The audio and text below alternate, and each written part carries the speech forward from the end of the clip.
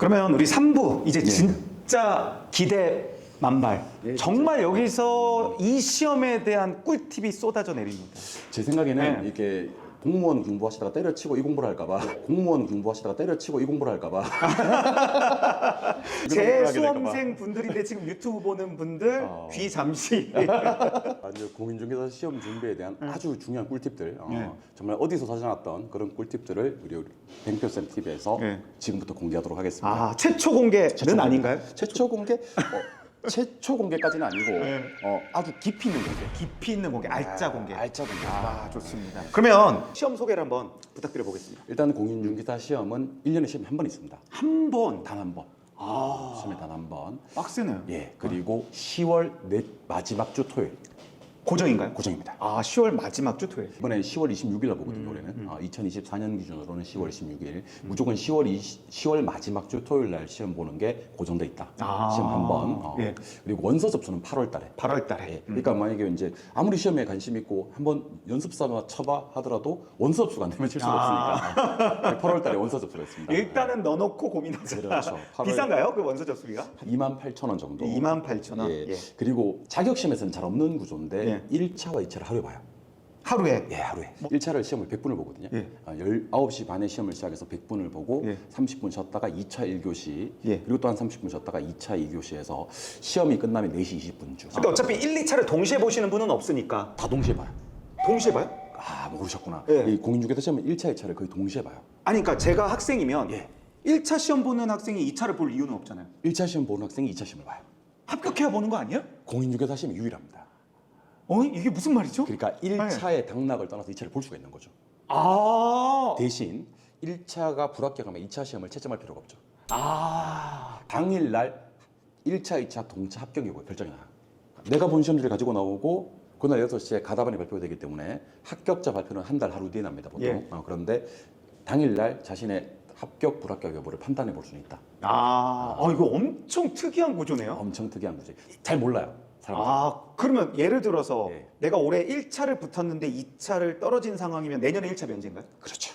그러면 2차만 보러 오는 사람도 있고 있습니다. 5회 출근. 1, 2차를 동시에 보시는 분도 있고 맞습니다. 와, 이거는 상상 못했던 구조네요. 일반 자격 시험을 공부하셨던 분들은 거의 모르는 구조예요. 아니, 왜 이런 구조를 했는지조차도 궁금한데요? 그러니까 뭐 네. 아무래도 접근성을 좀 좋게 하기 위함이 아닌가. 그리고 또 사실은 그 보통 공인중개사 공부하시는 분들은 1차만 따로 2차만 공부하시는 분들이 따로 존재하지는 않고요. 예. 보통 이제 같이 한번 진행해 보는 게 일반적이거든요. 하루에 시험을 칠 수 있다 보니까. 그래서 기회가 1년에 한 번밖에 없다는 거예요, 예, 사실은. 예. 그리고 1차 면제가 또 하루밖에 없는 거죠. 사실은 3월 달에 1차 시험을 치고 합격을 했어요. 근데 이게 2차 시험이 9월에 있어요. 예. 그럼 그해 9월에도 볼 수 있고 그 다음에 9월에도 볼 수 있는 거잖아요. 예, 예. 근데 공인중개사는 하루에 결판이 나기 예, 때문에 예. 그 다음에만 한시적으로 한 번만 한 번만 면제가 되는 그런 시험이다. 1차 선생님들이 훨씬 수강수가 많겠다 생각을 했거든요. 그렇죠. 근데 전혀 관련 없겠는데. 관련 없어요.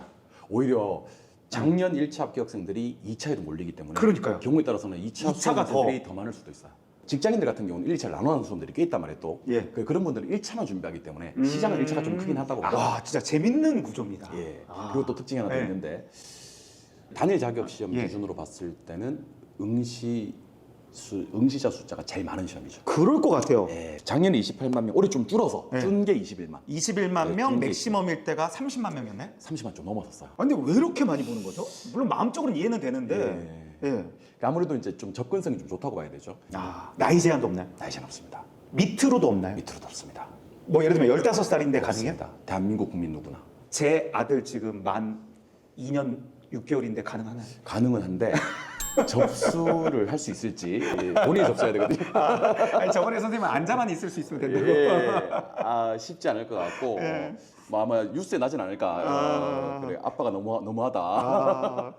아니, 아래로는 또 없구나. 예, 없어요. 그래서 예. 좀 이따 얘기를 하겠지만 학생 중에서도 예. 시험에 된 사람이 있어요.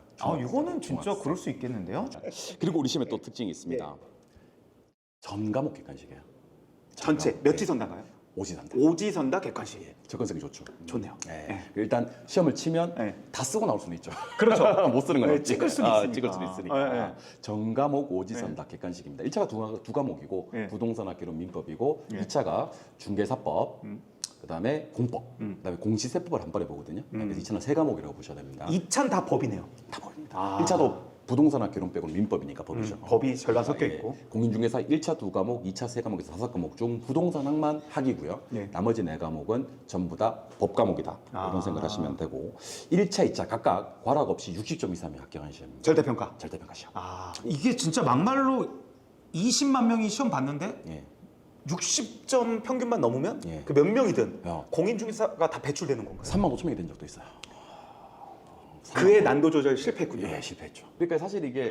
그 다른 시험이랑 좀 다른 게 다른 예. 시험은 옆에 친구가 합격을 하면 내가 합격을 못할 수도 있는 시험이지 예, 않습니까? 근데 공인중개사 시험은 아주 평화롭습니다. 아, 밥도 같이 먹고 자료도 챙겨주고 막 그 옆에 학생의 합격이 내 연구와- 합격과 관련이 없다. 전혀 없다. 너도 잘해라, 나도 잘할게. 그렇죠. 예. 그래서 엄청 분위기 좋아요. 아, 엄청 분위기 좋습니다. 아니 뭔가 이게 알수록 되게 재미있어요 이 시험이. 재밌죠. 예. 그리고 마지막으로 예. 예전에는 이제 공인중개사 그러면 좀 나이가 든 사람들, 근데 요즘에는 추세가 상당히 젊어지고 있어. 그럼 혹시 보셨던 최연소는 중3. 중3. 중3. 중3. 교복이과요. 그러면 최고령은 몇 세까지 보셨어요? 80 몇 세가 합격했다는 얘기를 들은 적이 아, 제자분은 있어요. 아니시지만. 네, 제자는 아니시지만. 그러니까 7, 80대도 합격이 가능한. 알겠습니다. 그러면 또 뭐 혹시 좀 해주실 말씀은 있을까요? 시험에 대해서? 일단 뭐 얼마 정도 준비를 하면 합격을 할 수 네, 있느냐 그것도 참 궁금한 이런 것 걸 같아요. 많이 여쭤보시는데 노베이스 기준으로 일단 1년만 열심히 하시면 그러면 직장인 분들도 가능은 하겠네요. 4-5 가능한데 시간이면. 저는 개인적으로 직장인 분들 같은 경우는 1, 2차 나눠서 하라 그래요. 아. 그러니까 내가 이 채널이기 때문에 솔직하게 얘기해 주는 네, 거야. 네, 아, 우리 사실 저기 아무데나 전화해서 네. 저 공인중개사 공부하려고 하는데 직장인인데 그러면 그 1, 2차 다 끊으라고 할 거예요. 아. 다 끊으라고 할 건데 저는 네. 개인적으로 네. 직장인들 분 같은 경우는 1, 2차를 나눠서 공부했으면 좋겠다. 요거 하나 여쭤보십시오. 예. 우리가 사실 공인중개사 시험하면 어떤 느낌의 시험 문제고 공부 내용일까 감이 전혀 없거든요. 예. 설명 가능하실까요? 제가 강의하는 과목은 네. 부동산학 개론이잖아요. 부동산학 개론. 부동산학 개론 한 문제 제가 한번 읊어드릴게요. 예. 다음 중 한번 풀어볼게요. 아, 상식으로. 다음 중 아파트 수요 곡선을 아파트 수요 곡선. 아파트 수요 곡선을 우측으로 이동시킬 수 있는 요인이 아닌 것을 찾아라 이렇게. 아, 수요 곡선을 우측으로 이동시킨다. 이동시키는 감 잡았어요. 야, 네. 가봤죠. 네. 1번 소득 수준의 증가, 예스. 2번 선호도의 증가, 예스. 3번 금리 인하, 예스. 4번 가격이 하락할 것이라는 예상. 4번. 오, 바로 시작해요. 아, 시작할까요? 바로 시작하셔야 됩니다. 와. 그러니까 가능성 있대요. 어떤 예. 거냐면 예. 이제 사실 이제 자격증을 땄어요. 예. 중개업소 앉아 있습니다. 예. 그러면 손님 와서 이렇게 물을 거 아니에요. 예. 요즘 아파트 값이 왜 이렇게 많이 오르죠? 음. 아니 살 사람이 많으니까요. 왜 살 사람이 많죠? 그러니까 일해야 되니까요. 예. 왜 4번이 정답이냐면 가격이 하락할 것이라고 예상하면 사람들이 아파트를 아직 사지 않겠죠. 그렇죠.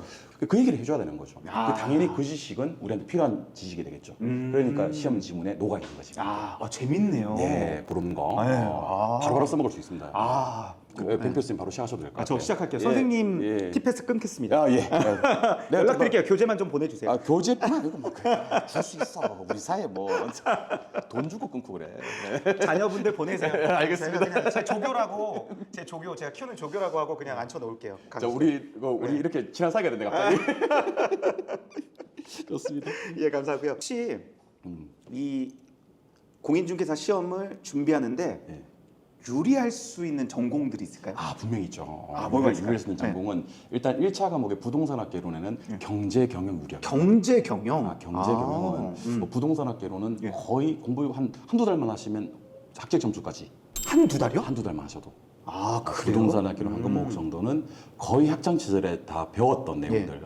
그러니까 우리 뭐 수요 증가, 수요 감소 이런 것들은 경제학이 아주 기본이지 않습니까? 그렇죠? 아. 그런 것들은 사실은 뭐 강의하면서 예. 부동산 시험에 이런 단어들, 이런 느낌으로 나오는 거구나라는 눈치만 까시면 되는 거지. 예. 내용은 감정평가론 이런 정도만 추가가 되지. 뭐 크게 이제 전공은 경제경은 1차 부동산학 개론에 유리하고 유리하다. 예. 당연히 이제 법 과목이죠. 법 과목. 법 전공하신 분들 같은 경우는 예. 이제 민법, 공법, 공시세법 다 유리합니다. 유리. 그럼 혹시 당락의 가장 중요한 과목은 뭔가요? 보통 이것 때문에 떨어진다. 있습니다. 공무원 같은 경우는 영어를 보통 꼽거든요. 영어. 네. 공인중개사 과목에서는 1차에서는 민법. 민법이 과락률이 제일 높아요. 평균 한 30점대, 5점, 8점 정도. 평균이요? 네. 평균이 35? 네, 38. 1차에서는 민법 때문에 많이 애를 먹고요. 2차에서는 가장 힘든 과목이 공법. 그래서 만약에 1차의 민법과 2차의 공법을 잡는다면 공인중개사 시험은 절반 정도는 성공했다. 7분 능선, 8분 능선을 넘었다고 봐도 과언이 아닌 거죠.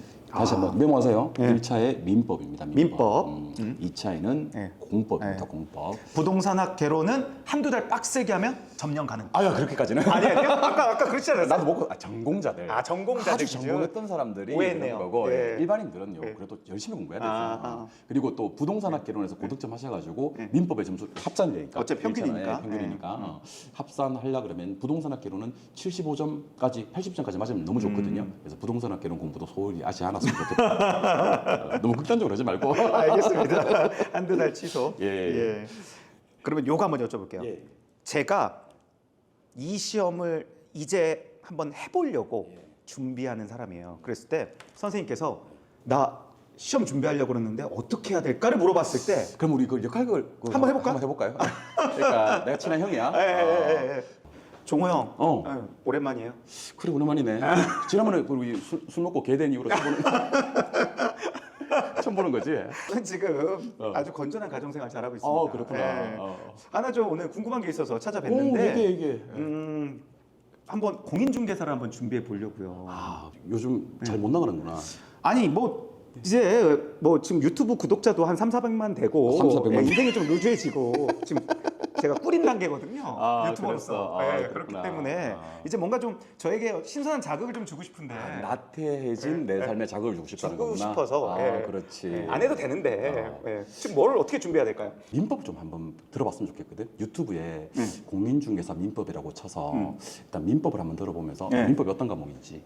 그게 저한테 잘 맞아야 되나요? 그러니까 일단 민법이라는 과목이 아까 과락률이 제일 높다 그랬잖아. 전체 6과목 중에서. 네. 2차를 갖다 세분하면 6과목까지 나올 수가 있는데 6과목 중에서 민법이 전체 과목 중에서 과락률이 제일 높다 보니까 민법이 일단 기본적으로 좀 맞았으면 좋겠다. 그리고 민법이 2차 과목 뭐 중개사법이라든지 공시법이라든지 영향을 많이 주거든. 그러니까 1차 과목이긴 하지만 2차에도 영향을 미치는 그 유일한 과목. 그러다 보니까 민법이 사실 잘 되면 공인중개사 시험은 상당히 유리하다. 그러면 일단 내가 이 시험을 준비해야 할지 말아야 될지가 고민이 된다면 민법 강의를 들어봐서 잘 맞으면 해도 좋다. 그러니까 만약에 민법 강의를 딱 유튜브를 들었는데 다음 강의 또 듣고 싶어. 다음 강의 또 듣고 싶어. 그러면 너는 이제 공인중개사가 될 운명인 거지. 근데 민법 강의를 들었더니만 미칠 것 같아. 막 오바이트 쏠리고 막 이렇게 몸에서 두드러기가 나고 그러잖아. 그러면 그때부터는 그 유튜브 원래 직업 유튜버 돌아가는 걸로. 그 극복이 좀 불가능할까요? 극복은 가능한데 민법이 엄청 어려운 과목이거든. 그래서 처음 이렇게 공부하는 사람들한테는 장벽이 될 수 있는 경우가 많이 있어서 그래서 민법이 일단 맞았으면 좋겠다라는 취지에서 처음 공부하는 사람들한테는 민법을 나는 내 여동생이 공부한다 그랬잖아. 근데 우리 연기 끝난 건가요? 연기 중이야. 형 정신 차려. 나 말을 높이고 그래서 나는 연기 끝난 줄 알았어. 원래 존댓말 했어요. 그랬어? 합격했어요. 예. 그러면 제가 이제 공인중개사를 할 거 아니에요? 예, 그렇죠. 돈 잘 버나요? 평균적으로. 그러니까 너무 극단적으로 성공하신 분도 있을 거고 좀 극단적으로 좀 잘 안 되신 분도 계실 건데 항상 평균이 중요하니까 평균적으로. 사실은 그 공인중개사 시험 이유가 좀 중요하다고 봐요. 시험을 치고 요거는 사부에서 좀 더 얘기를 드릴 건데. 자꾸 예고 멘트 날려요. 사부에서 좀 얘기를 드릴 건데. 시험 공부를 하신 이후에 좀 준비만 좀 잘 하신다면 저는 평균 이상의 수입은 충분히 가져갈 수 있다. 공인중개사 공부할 때 한 절반 정도의 노력, 그 정도의 노력만 시험 이후에 해주신다면요, 저는 뭐 정말 고여액 연봉자가 될 수 있지 않겠나라는 생각이 듭니다. 합격 이후에도 전략과 노력이 필요하다. 필수다. 그걸 사부에서 할 거예요. 알겠습니다. 그 얘기는 자세하게. 안 봐도 돼. 공인중개사를 어떻게 성공할 수 있는지를 얘기해 보려고 하는데 안 봐도 돼요. 안 봐도 돼. 안 봐도 돼. 구글 안 해 우리. 아니 그거 안 봐도 뭐 다른 걸로 밥 먹고 살 수 있어요. 근데 이거 보면은 뭐 난리 나는 건데 안 봐도 돼요. 안 봐도 돼. 사부에서 뭐 사부에서. 그런 얘기를 좀 하긴 할 그냥 거예요. 소소하게 그냥 소소하게. 뭐 좀 떼돈 버는 방법 말씀드리죠. 제가 공인중개사 시험을 준비해요. 그러면 당락을 떠나서 어쨌든 그 열심히 준비했던 그 지식이 제 부동산 자산 관리에 있어서 큰 메리트가 될 수 있지 않을까요? 그건 확실합니다. 제가 제 와이프한테도 자격증을 따라고 했고 예. 저는 자식들도 자격증을 따게 할 거거든요. 예. 전부 다. 예. 뭐 전공이라든지 뭐 직업에 관계없이 자격증을 따게 하고 싶은 게 예. 부동산 관련되는 거는 어떻게 보면 어쩌면 예. 내 평생 모은 돈이잖아요. 예. 사실 내 평생 모은 돈을 갖다가 선택을 한 번 딱 하는 거잖아요. 예. 그죠? 거래계약서, 예. 매매계약서, 임대차 계약서라는 게. 예. 근데 기본적인 지식은 있어야 된다. 제 생각에는 부동산 관련 지식, 내 자산 관리 이런 측면에서도 공인중개 자격증은 상당히 유리하고 그다음에 자격증을 공부하시면서 쌓아진 인맥들. 예. 그러니까 같이 수험생도 괜찮습니다. 예. 그렇죠? 예를 들면 이런 거 있습니다.